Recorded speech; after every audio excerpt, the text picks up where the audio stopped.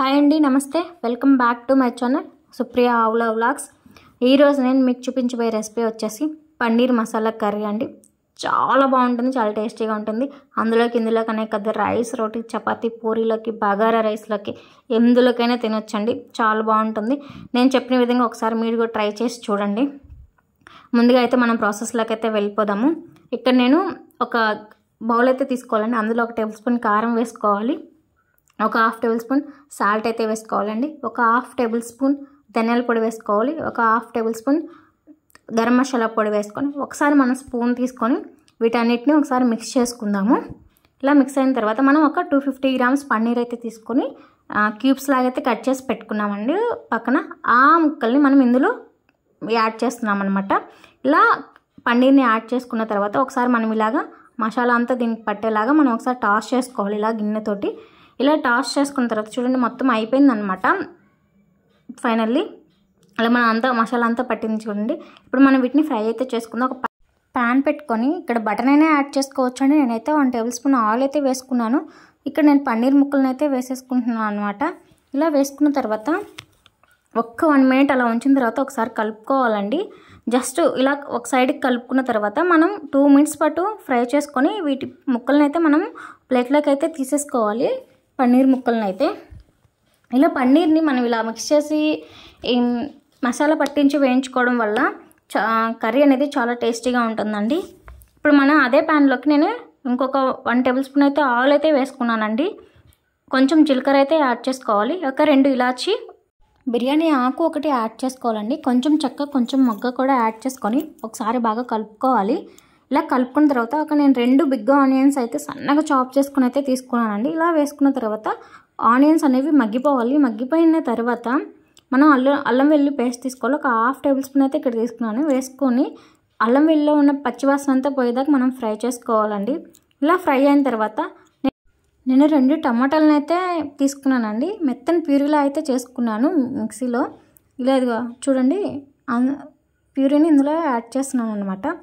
1 table spoon salt అయితే add చేసుకోవాలండి.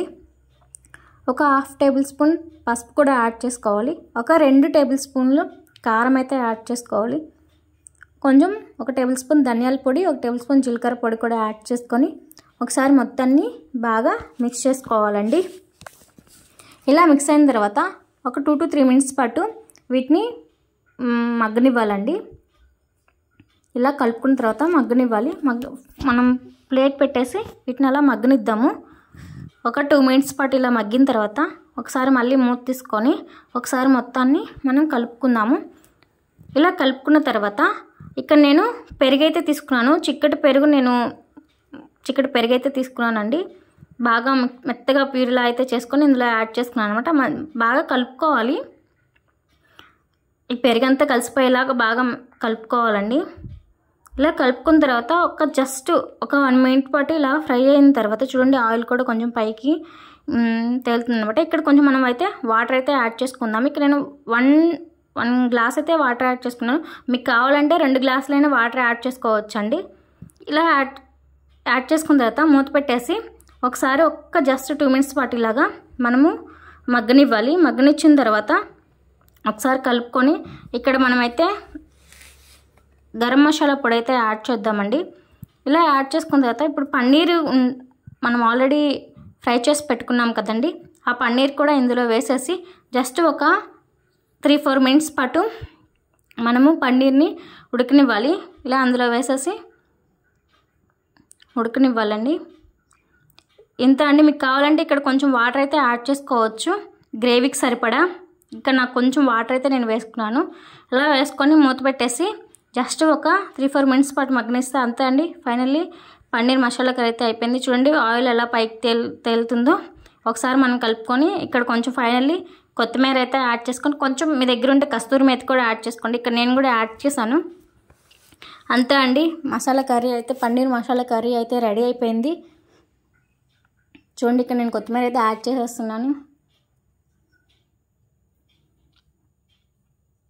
Please do like, share and subscribe my channel.